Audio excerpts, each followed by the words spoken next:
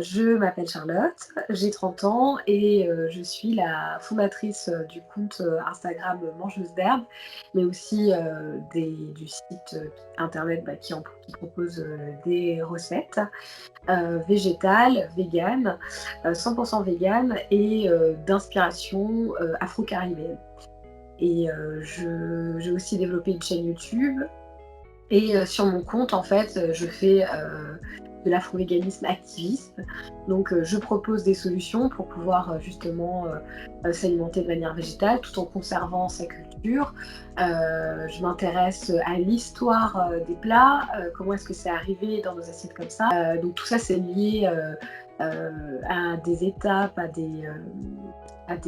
des moments d'histoire, d'extrême cruauté, de,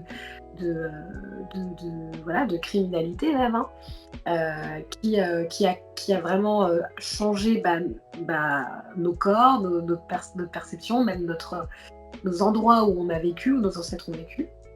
Et donc, je m'intéresse un peu à tout ça. Et sur mon compte, donc, je prends des photos des plats que je réalise.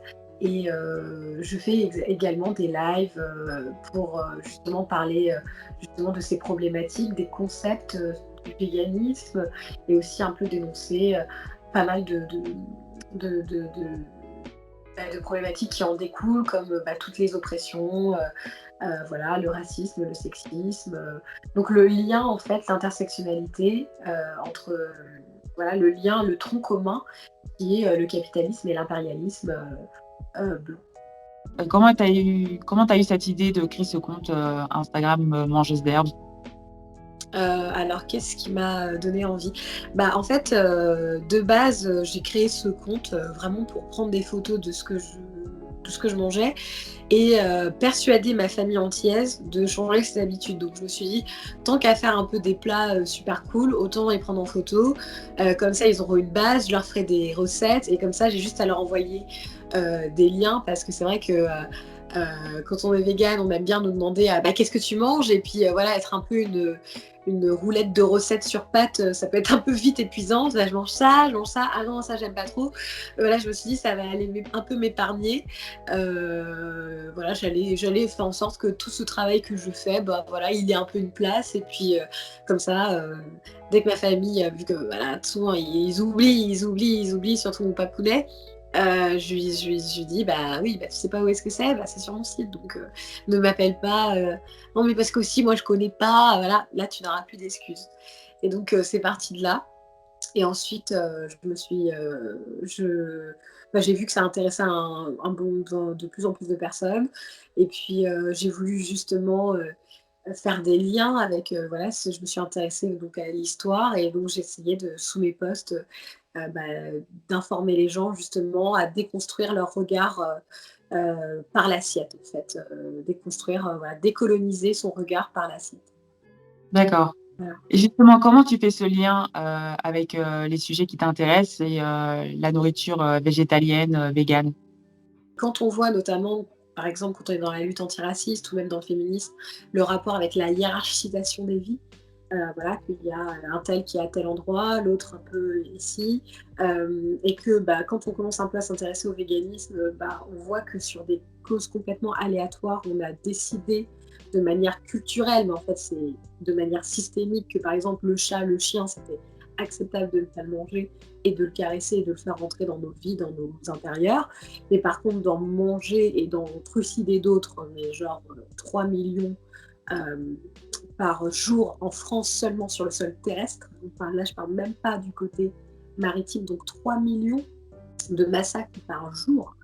Euh, et c'est complètement inacceptable, quoi. Donc c'est vraiment un système de pensée qui nous apprend en fait à dévaloriser l'un et en valoriser un autre, comme on peut voir aussi dans le colorisme, dans plein de choses. Et là, carrément, en tuer d'autres, mais comme on peut voir aussi dans l'aspect racial, ou même femmes, féminicides, etc. Et c'est vrai que le fait de trouver des leviers, pour moi, sur mon compte, le fait de, par exemple, il y a des gens, ils vont se dire, je suis très engagée dans le féminisme, donc c'est des questions qui me touchent.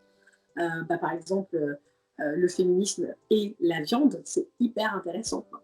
Le fait que juste, enfin, il y a plein de, c'est-à-dire de se dire féministe ou de comprendre tous ces enjeux, le fait de voir que des femmes comme potentielles femmes porteuses, ou genre, en mode elles vont enfanter, alors c'est pour quand, alors c'est pour quand. Quand on voit dans la chaîne alimentaire, les femmes, enfin les femelles, elles prennent le plus cher parce que, et elles donnent de la viande, genre avec les veaux, etc. Et leur corps, une fois qu'il est épuisé, quand il a donné du lait, etc., encore et encore et encore, donc on les remet enceintes encore et encore et encore et encore.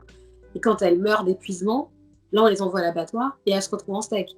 Et, encore, et on voit ça dans tout. Les poules, pareil, ce système, souvent, et c'est intéressant à quel point on invisibilise, entre guillemets, ça peut être drôle comme ça, mais on invisibilise la vache, parce qu'on dit toujours qu'on mange du bœuf, mais très souvent on mange de la vache, tu vois, ou on mange du poulet, mais on mange très souvent de la poule.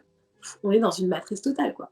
Très très loin, entre guillemets, c'est beaucoup rire ce mot en ce moment parce qu'il est très employé, mais parce qu'il est vrai, d'un paradigme vertueux, respect, proche de la nature, parce que les animaux font partie de la nature, quoi.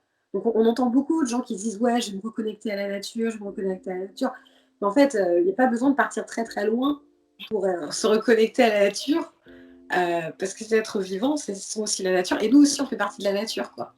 Donc, se reconnecter à la nature, déjà, pour moi, c'est déjà faire ce pourquoi t'es fait. Et pas être en mode ah, je force, je le fais griller pour quand même réussir à le manger. Après, je suis comme ça, après manger, tu vois.